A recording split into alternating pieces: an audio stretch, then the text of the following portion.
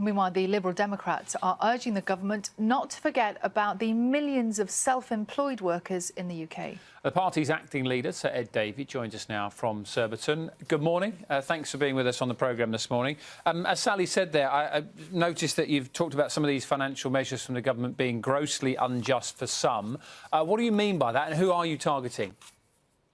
We're particularly thinking of the self-employed and small businesses, many of whom missed out on the protections during the first stage of the pandemic. And they're the job creators. They're the people who we really need to get going. You know, we can welcome the help for young people. We just don't think it's anywhere near bold enough or ambitious enough. The scale of the economic recession we're about to go through, the hiking unemployment we're unfortunately going to see, requires a much bigger plan and includes investment for the future. Do you think it's possible, though, given, as you just said, given the scale of the sort of economic situation at the moment, is it possible to help everybody? I think we've just got to try to get the economy going again. And with the economic crisis on one side, you've got the climate emergency on the other. And what Liberal Democrats are saying, here's a chance to get the green jobs of the future. When I was the Cabinet Minister for Climate Change, we managed to do that. We had really bold schemes investing in renewable energy across the whole country. We created jobs in things like offshore wind and solar and energy efficiency. And I think the government has to have that level of ambition, because you can provide young people and small businesses with real hope and real jobs. You talk about ambition. I noticed that you said you wanted £150 billion to be spent on green investment. Where would that money come from? Well, I think we're going to have to borrow.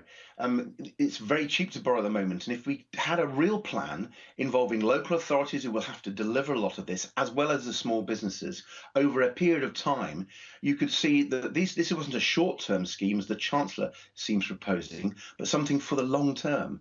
And if we can invest in a massive insulation programme, if we can invest in moving transport towards green transport, if we can invest in green power, we really can get the jobs of the future, train our young people for the jobs of the future, and get our economy going. But is it realistic, Mr Davey, to invest that amount of money given the current climate? It's because of the current climate we need to. The scale of this recession is going to be like nothing we've seen for generations. And if you put it aside the climate emergency, we've got to act. I mean, let's remember, the government knew that there was a risk of a pandemic and it failed to prepare. We know there's a risk of climate crisis. We should prepare now. And if you bring that economic crisis and that climate crisis together, we need to be ambitious. We really need to change our economy. And I think the biggest beneficiaries would be young people, would be small businesses. One thing that lots of people I know is on their minds this morning is this news about the car park charging for NHS workers coming back in England for £3.50 for every hour. What would the Liberal Democrats do about that? That looks like a slap in the face for the people who've been looking after us. I mean, people have gone out and clapped for the NHS and for NHS workers, for care workers, who've been doing an amazing job during this unprecedented health crisis. And for the government now to put these charges on, it just seems wrong. Would you, if you were, you know, I know it's an easy one in some regards for you to answer, but would you cancel them as they have been in Scotland and Wales and get rid of them? Well, Scotland and Wales have shown what's possible, haven't they? There's no reason why the Conservative government shouldn't do the same unless they're reneging on what they promised. They promised that they would treat NHS and care staff workers properly. Liberal Democrats published a plan to show that the government needs to do far more for our NHS staff and our care staff. The government, I think, have really not delivered on what they said they were going to do to stand behind these people who've been the heroes of this crisis. There's something else we're looking at this morning, which is the outcome of the review into the drug Primados, which I know you have campaigned for many years. What is your reaction to that and to those people who've been through so much over the past few decades? Well, I got involved in this campaign because a constituent came to see me and told me her story.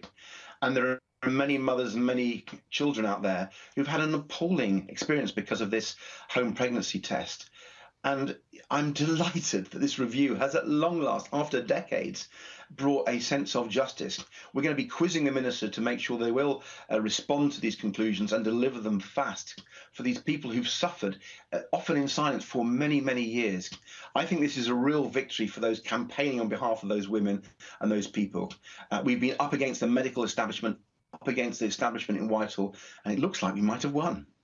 Sir Ed Davey, good to talk to you. Thank you very much for your time this morning.